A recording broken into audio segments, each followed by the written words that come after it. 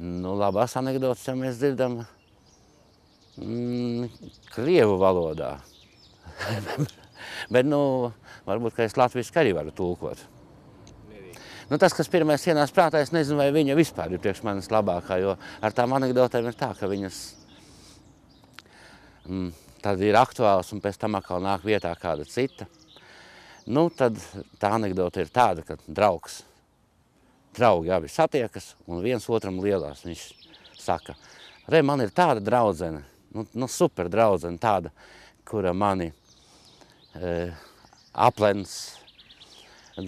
Nu, laikam jāpāriet uz krievu valodu, tāpēc, ka tas skanēs tā kā dabīgāk.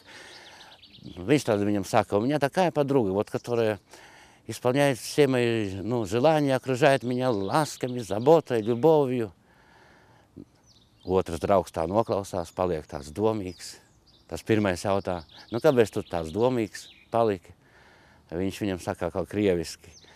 Вот я думаю, как ты будешь выходить из этого окружения? Vislabāk, ja man patika droši vien pirmais brauciens, mēs bijām jauniešu konferencē. Vismaz šajā brīdī, kad es to stāstu, man šķiet, ka tā bija. Tas bija 1999. gads, tad man vēl nebija 35 gadi, un es tad biju jauns pēc Eiropas standartiem. Un tad mēs aizbraucām. Un tad tiešām bija tāds noskaņojums, esot par jauniešiem, un noskaņojums tāds, ka ir kaut kas vienreizējs, tāpēc kā ārzemēs nebija nekad būts. Un mēs ilgi arī gatavojāmies šim braucienam, rakstījām projektu, jau martā sākām, brauciens bija jūlijā. Un Soros fonds mūs atbalstīja, un patiešām mēs arī pēc brauciena jūtām, ka par to ir vērts stāstīt, un ka no tā būs, teiksim, no šī mūsu noskaņojuma, no kaut kādiem gūtajiem atzinumiem, būs kāds labums citiem.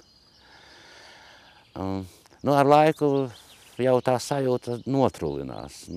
Cilvēks jau nevar visu laiku baudīt svētku sajūtu, un varbūt, ka citreiz ir bijuši braucieni, kur ir bijis lielāks komforts un varbūt krāšņāka uzņemšana, un varbūt pat interesantākas lietas, bet viņi vairs nav palikuši, tāpēc, ka viņi nav vairs bijuši tik vienreizēji, kā tas toreiz.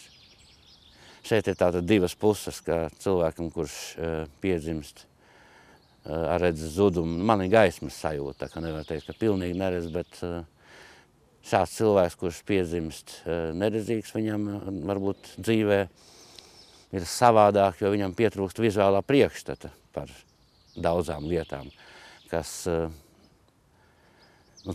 redzīgam bērnam veidojas pirmajos gados īpaši. Gan par krāsām, gan par telpiskām lietām. Bet ar laiku to var kompensēt, un to tā īpaši pat nejūt, ka tas tieši pietrūkst. Bet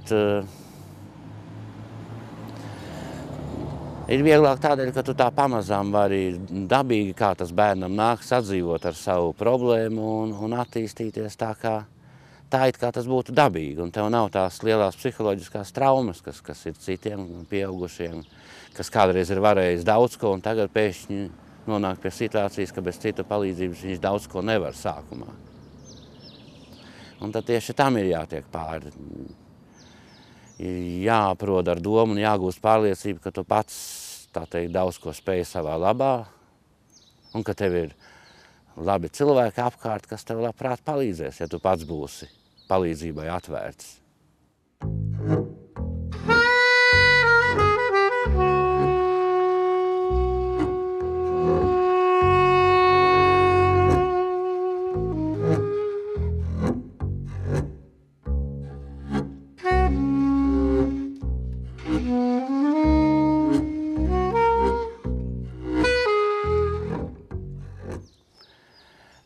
Arī lielā mērā manas brīvā laika pavadīšanas veids saistās ar datoriem. Es esmu no sākta gala bijis informācijas kolekcionārs, un man tagad kolekcijā ir audio grāmatas latviešu, krievu un angļu valodā, un mūzikas visdažādākie žanri, sākot no džeza un turpinot ar klasisko mūziku un beidzot arī ar latviešu šlāgeriem. Tā kā tā ir viena joma, kur mūžīgi kaut kas ir jāpapildina, jākārto, Un arī, protams, arī jābauda šī informācija, jāgūst kāds labums no savai garīgai pilnveidei. Un man ir prieks par iespējām izlasīt dažādas interesantas grāmatas, kuras brīžiem arī, teiksim, maina to dzīves uztveri kaut kādā jomā. Rīgas laikā jau raksta par vidējo latvieti. Tagad jāpadomā, kurš ir tipiskais latvietis. Man šķiet, ka tomēr tipiskais latvietis ir attiecībās ar citiem diezgan atturīgs, un viņš tik ātri neatveras, piemēram, kā dienvidnieku, un viņš nevar sadraudzēties no pirmās tikšanās reizes, vai tas tāds ilgāks process. Bet varbūt, ka tā draudzība ir tāpēc noturīgāka latviešiem. Tā kā nevar viennozīmīgi to saukt arī par sliktu lietu, šo atturību attiecībās. Ko vēl? Laikam jau latvieši tomēr savā vairumā ir diezgan uzcītīgi cilvēki. Vismaz tā gribētos cerēt. Un arī apdāvināti cilvēki mums netrūkst. Bet es nezinu, vai tipiskie cilvēki ir apdāvināti vai ne. Te varētu izvērsties gara diskusija par šo jautājumu. Man vispār ir pamats būt optimistam gan vispār, gan arī par šo laiku runājot. Kaut kā dzīvē ir laimējies satikt tos cilvēkus, ar kuriem esmu vēlējies satikties pēc būtības. Un arī darīt to darbu, kas ir interesants. Un arī vaļas priekus nepazaudēt par to vidu.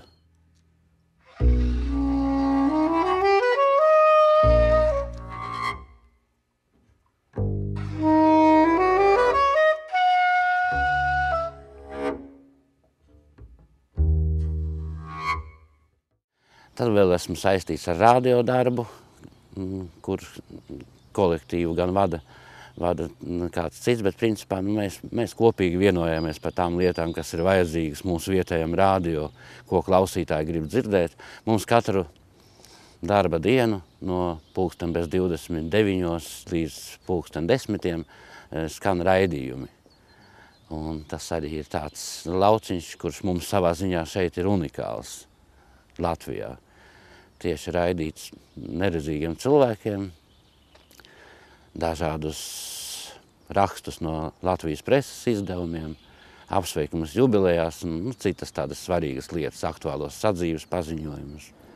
Man šķiet, ka kaut kam tas ir izdevīgi šīs attiecības mākslīgi sāsināt. Es domāju, ka daži politiķi varbūt iegūst kapitālu sev no tā. Man personīgi nesatrauc ne 16. marts, ne 9. maijs tādā ziņā. Es nezinu, man liekas, ka viņi īstenībā grib dzīvot pagātnē, un viņiem šķiet, ka nav nākotnes redzējumu, un tāpēc jālolo kaut kādas pagātnes ilūzijas vai nostalģiskas atmiņas. Un tas viņiem droši vien adrenalīnu uzsit, un viņi redz, ka viņi, teiksim, pilnveidojas tādā veidā. Bet patiesībā viņi jau atgriežas pagātnē, un atkal no tā skatu punkta viņiem tā attīstības pilnveida.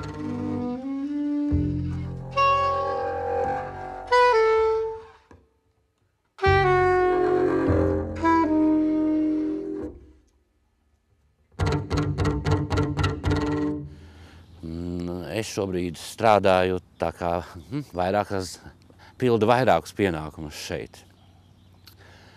Esmu Latvijas neredzīgo biedrības priekšsēdētāja vietnieks un arī tās organizācijas priekšsēdētājs, kura apvieno šeit neredzīgo ciematā dzīvojošos cilvēkus. Tā ir Strazdu muižas organizācija. Šeit mums ir Latvijas neredzīgo biedrības viss lielais centrs, un šī organizācija aptver visu Latviju, bet ir arī tieši mūsu organizācija, kas ir tāda teritoriālā organizācija. Tad es abās šajās organizācijās esmu vadošs darbinieks. Man liekas, ka katra cilvēka dzīve ir individuāla, un tur receptes tā grūti iedot. Man šķiet, ka grūti ir ieteikt tādam, kam tas nav raksturā, ka viņam būtu, piemēram, jāraugās uz dzīvi pozitīvāk vai jāraugās uz cilvēku kaut kādiem, uz cilvēkiem, saskatot viņos vairāk labo nekā slikto. Man šķiet, ka tas ir atkarīgs no skatu punkta un skatītāja, kāds katram ir dots varbūt, ka tā, un kā tas veidojies viņa dzīves gaitā. Tā kā grūti man iedot tādu atslēgu, un to arī tā noteikti, ka citiem nederētu. Neesmu visās dzīves jomās ekstrēmists. Bet, laikam, patriotus nevar saukt par ekstrēmistiem. Es sevi tik cēlā vārdā nesauktu. Man šķiet, ka tas augstais vārds ir, varbūt jāpataupa ir tiem cilvēkiem, kuri ir cīnījušies par Latvijas brīvību, gan kara laukā, gan varbūt uz barikādēm. Tad, kad dzīvībai draudēja briesmas, gan arī varbūt disidenti, patrioti.